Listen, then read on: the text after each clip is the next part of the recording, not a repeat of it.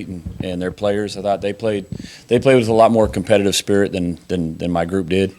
That's probably just the main thing. I was disappointed with I'm not disappointed with missing shots and aggressive turnovers, but our competitive spirit wasn't there tonight, our physicality and our toughness. And in order to play against, Michigan State, what their program's built on. And we knew what we were coming into as a staff. Tried to convey that to the players and obviously didn't do a good enough job at doing that. But we have to get a lot more tougher mentally and a lot more competitive and physical before Sunday. Coach, you talked about it. You're not going to take anything away from Michigan State and also what your team needs to work on, but maybe this is a great time to talk about what role travel fatigue plays or may play going forward with this new historic experience with the Big Ten expanding like this. Yeah. Maybe in a month or so, but like I said, that's not an excuse at all. Like, we had plenty of rest. We got here Tuesday night.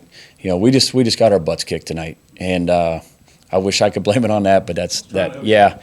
No, I appreciate that, but it, like I said, maybe after the third, fourth trip, back and forth from West Coast to East Coast, but it, like tonight, they out-toughed us, they outcompeted us.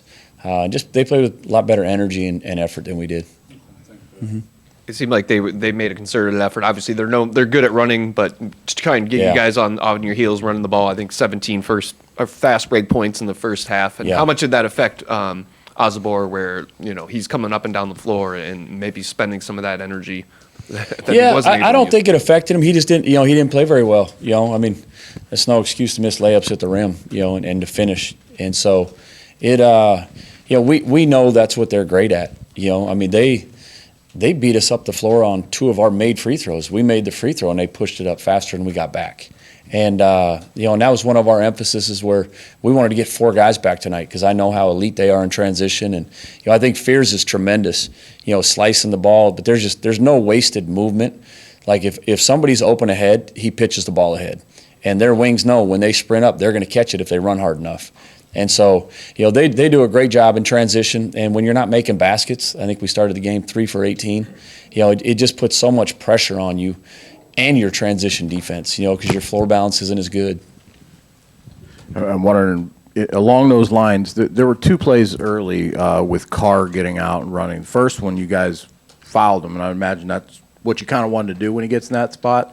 I guess when he gets a second one like that, what does that do in terms of maybe the energy level for you guys? I think that's when you called the timeout, when he got out and ran and dunked it. Yeah, and he got a dunk. Yeah, I mean, you guys know better than anybody. He's might be the most athletic player in the country, and he's a momentum player. And when he gets out and gets those dunks and gets the crowd rocking, the crowd's rocking anyways. But when he does that, it's special. And so, we knew, he's so fast and athletic, and even some of the downhill drives he had, like he puts a lot of pressure on your defense, and guarding him one-on-one. It's tough. And then when you come and help or get in a gap, he's kicking out to some really good shooters. Or even when he does miss it, they got their bigs are rolling to the rim, and they're one of the best offensive rebound teams in the country too.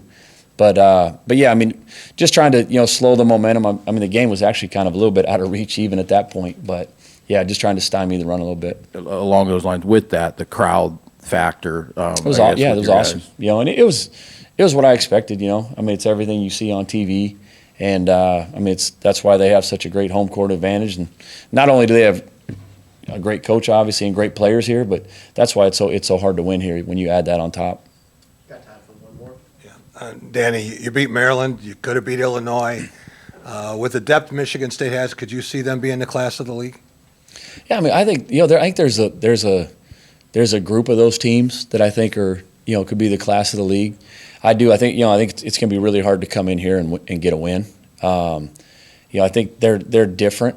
Some of those teams, like Illinois, is a different type of team. Illinois is elite offensively too. It'll be a heck of a clash. But if Michigan State, just the way they guard and the way they compete, like they're always going to be in the game. They're always going to be at the top of the conference. As long as Coach Izzo's here. All right, thanks everybody. Thank you. You bet. Thanks. You bet. Thank you.